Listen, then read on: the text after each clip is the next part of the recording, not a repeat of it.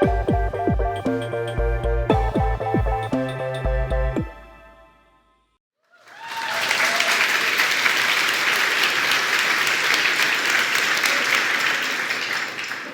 JSConf EU. My name is Alison, and I am going to make all of you fall in love with Polyhedra. So, your first question is probably, what is a polyhedron? Well, to answer that, we can go to Wikipedia, which states that a polyhedron is a solid in 3 dimensions with flat faces, straight edges, and sharp corners or vertices. For example, some of you may know about the platonic solids, such as the cube and the tetrahedron. They each have a single type of face and are really symmetric, so that whichever way you turn them, you still get the same figure. There are also their relatives, the Archimedean solids, which can have more than one type of face, so you can have maybe triangles and pentagons together, but they're still highly symmetric, and you can still rotate them and still get the same shape.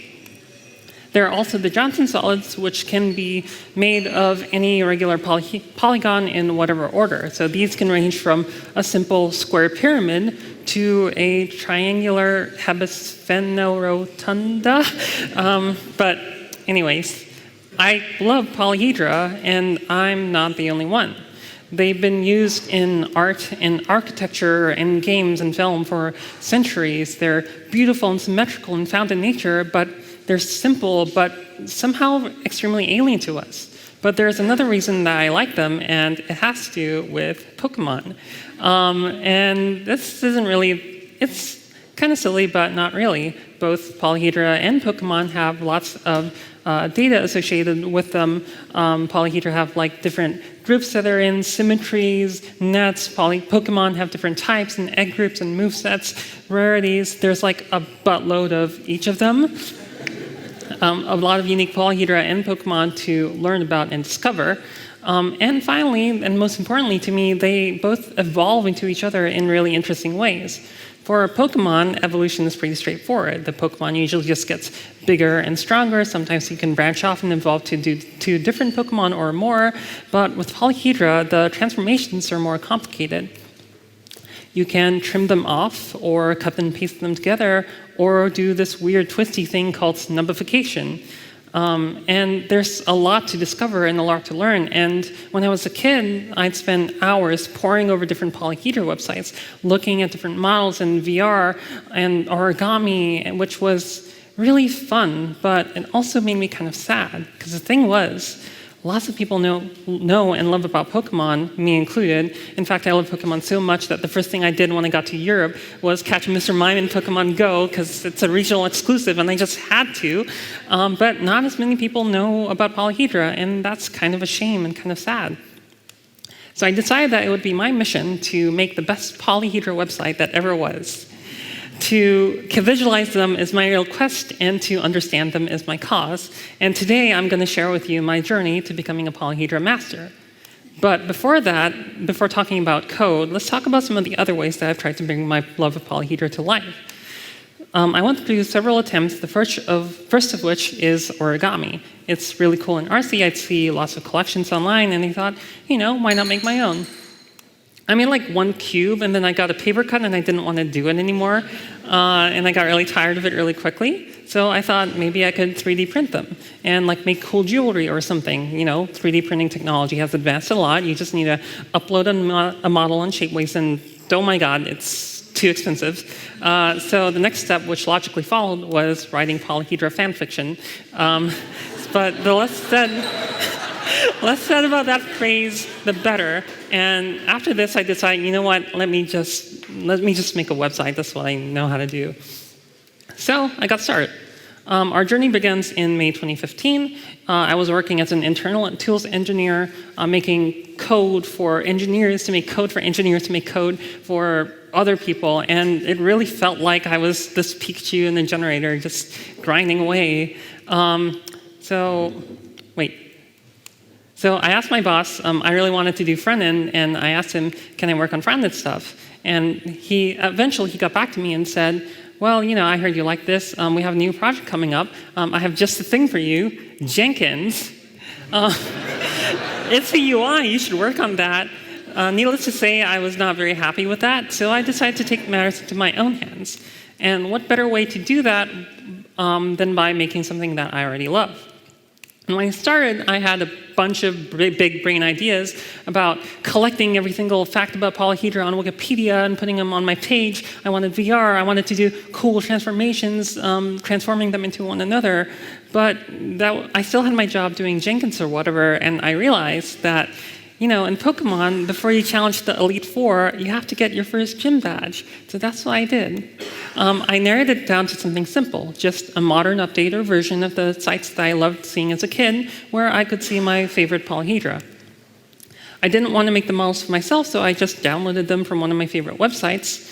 3JS was kind of too low level for me, and I didn't want to have to struggle with lighting and buffers and stuff. And what I really knew was D3 and its data binding model to SVG. And luckily, I found a library called X3DOM, which let me express 3D modeling data as DOM nodes, much like SVG, so I could use that with D3. And it worked perfectly.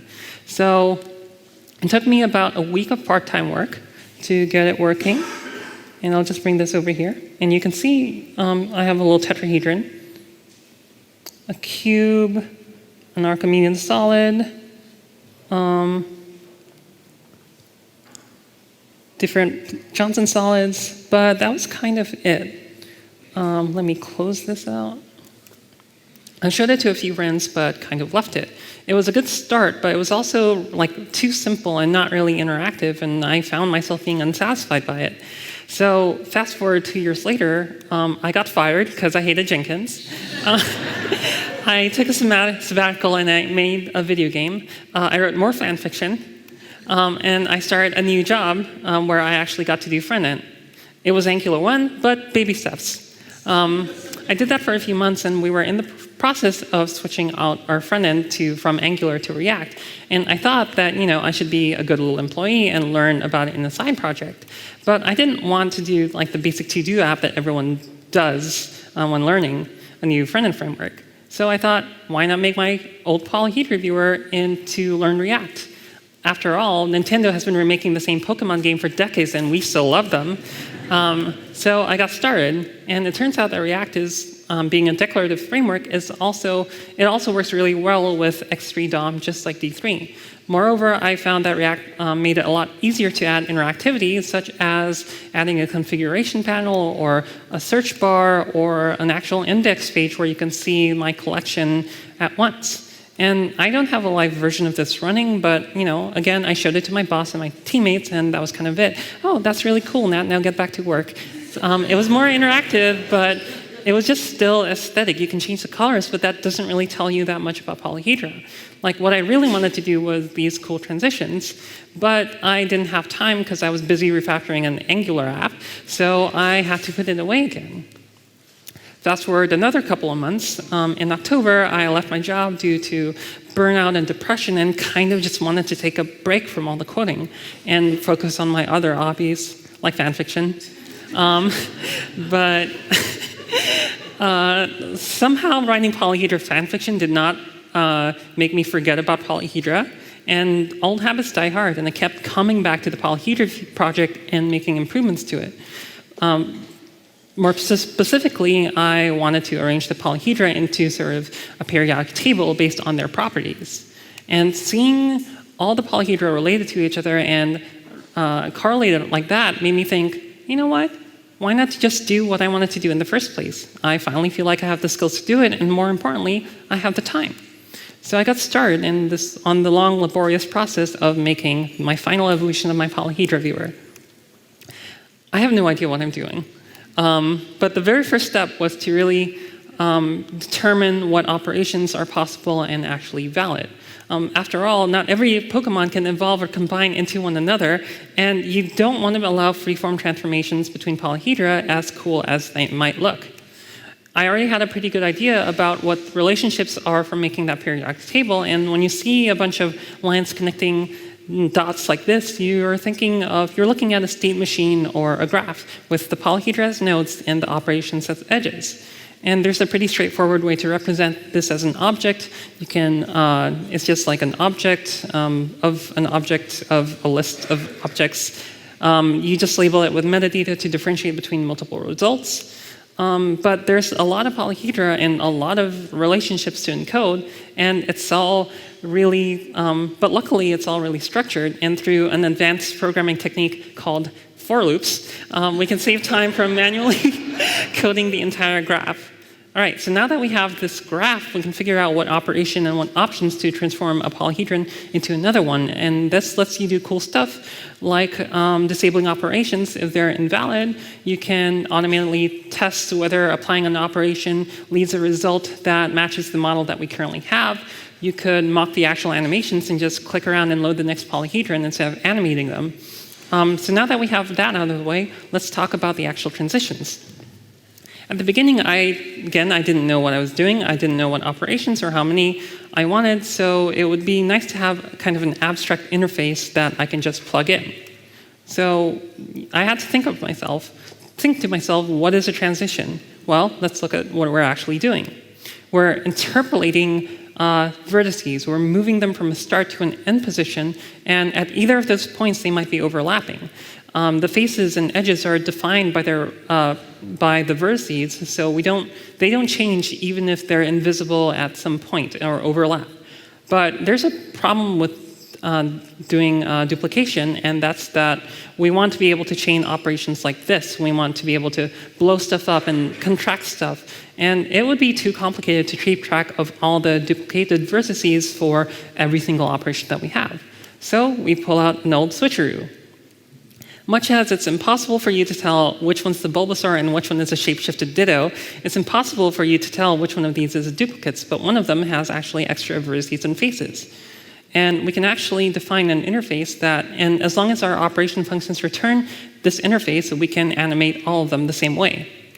And the algorithm is, one, replace the vertices with the duplicated versions, which is defined per operation, interpolate from the start to the end vertices, and then switch out the end result with a deduplicated version. And this is kind of what it looks like in code. You just use whatever state function and set it to the start, you interpolate, and then set it to the deduplicated end. And finally, you just need an interpolation function. And there's a lot of libraries that you can use for animation in JavaScript. Half of these probably don't exist anymore because animation in JavaScript is a crapshoot. So, or if you're like me and you're cool, you could Google request animation frame and roll out your own. It's great. So we have our little animation, but we don't have anything to test it on. So let's talk about the actual operations that we're going to make. I'm not going to go over all of them, but I wanted to share one example that's kind of easy, and it's this operation called rectify. What you're doing is turning this cube into this shape called a cuboctahedron. You start out with a cube, you mark the midpoints, you draw lines between them, and then you kind of cut them across and slice them off.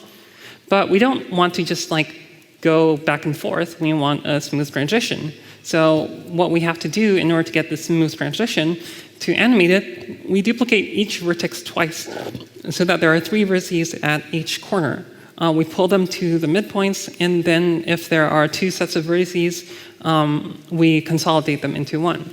So the algorithm is just duplicate and then map to the end.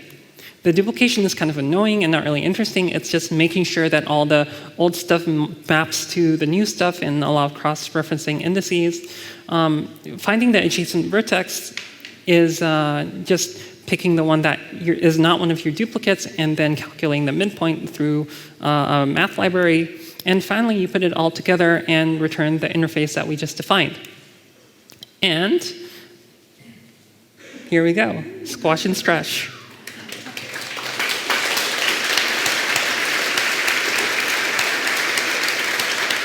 That really wasn't that impressive. I don't know why you all are clapping.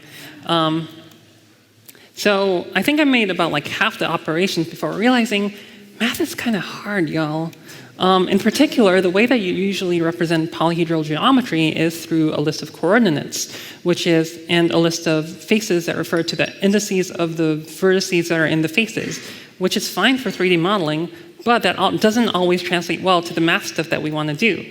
For instance, how do you tell an array to calculate the centroid of a face, or combine 2 polyhedra together so that the selected faces overlap, or apply the same transformation for the selected pieces or pyramids of the polyhedron in reference to the center of the polyhedron?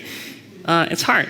And what you end up doing is a lot of index manipulation you're saying the phase indices that refer to these vertex indices, you have indices of indices, and I'm so tired of hearing the word indices. Did you know that the plural of index is indices? Well, now I do. But how do we solve this problem? Well, for Pokemon, different types of Pokemon are strong against each other. If you're fighting water Pokemon, you have to use an electric Pokemon because that's what's effective. So, and likewise, different types of programming have different solutions. In this case, the solution that we're going to use is object-oriented programming. They definitely have their weaknesses, but they're useful here. You can, of course, encapsulate methods in the polyhedra that make sense to them, like getting a centroid or like combining two polyhedra together. You can also keep track of metadata, like the custom data, like vector format that the vertices are stored in. And in particular, there's a really useful structure called the doubly connected edge list. It's a linked list where each vertex, edge, and face has references to adjacent facets. And it was pretty easy to implement using the class structure. Now, I could have stopped making the polyhedron a class, but Team Rocket could have stopped trying to catch Pikachu, but if they did, Nintendo can't make money making the Pokemon anime. So I made everything a class, the vertices, the edges, the faces. I have no idea if that was a good idea or not, but I didn't have to say the word indices ever again, so I was pretty happy. But even with the data structures, a lot of problems are still really hard. For example, determining whether something is an Archimedean solid. Sometimes operations do different things based on whether you're a Platonic or Archimedean solid, and naively you can just check if the adjacent faces of each vertex has the same configuration, but there's this asshole called an elongated square gyro bicoupler, which looks like an Archimedean solid, but it's just slightly twisted, and it's really annoying. It's like the Mr. Mime of polyhedra.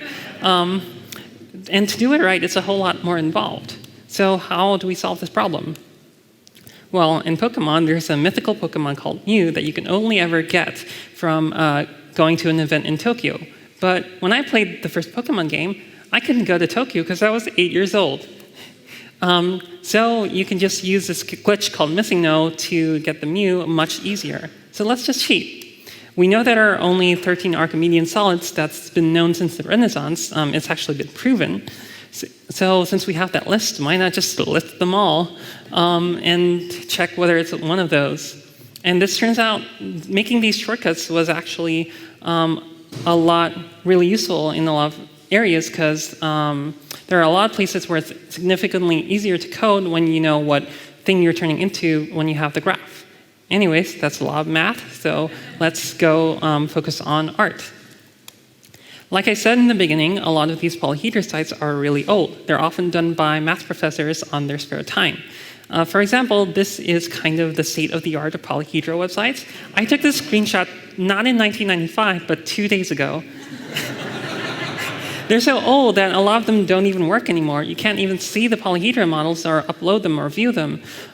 So I got to work designing to make sure that my website can be a new destination for polyhedra lovers.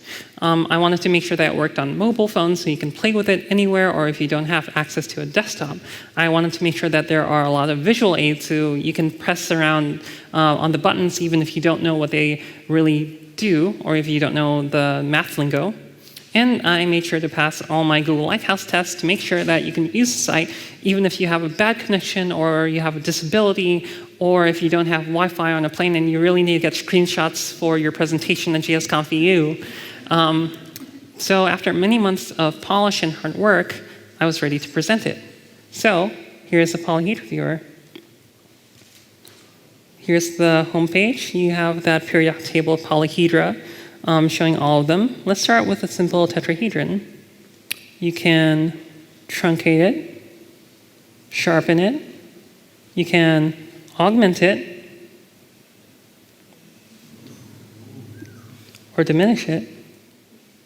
You can do that operation that we coded together called rectification. And you can do that animation where you expand the polyhedron. And you can contract it back into its dual, a cube. And finally, you can do this weird thing called snubification, where, as you can see, is actually expanding out the faces, but adding a slight twist to them.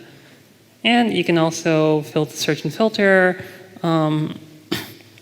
change the colors, the color thing is like on my other screen. Or look at info about each polyhedron. Anyways, the link is up over there. And so you can just play around with it instead of listening to me for the rest of the talk. Where's my mouse? So I kind of released it and expected it to just sync. After all, polyhedra are really obscure, and the last couple of times that I released it, I just showed it to a couple of friends, and they're like, oh, that's nice, get back to work. But to my surprise, a lot of people loved it. A lot of people I admired in the development community retweeted it. I got interviewed by math publications. I was able to connect with a lot of people, both in the tech and art and math space, who really enjoyed it. I had parents telling me their kids can't stop playing with it, teachers saying they want to use it to teach their kids about polyhedra in the classroom. I was able to learn about other cool polyhedra projects by people obsessed with other aspects of polyhedra or other polyhedra. And I was able to connect with artists who loved polyhedra and expressed it in a different way through their art. But at the end of my long, long journey, the message that I want to impart is, even if you think your passions are too obscure or weird, there's always a way to share it with the world and make other people fall in love with them as well, no matter if it's polyhedra or Pokémon. And it's okay to take your time to evolve and grow whatever your passions are, to transform them, and eventually, I'm sure that you can create something amazing. Thank you.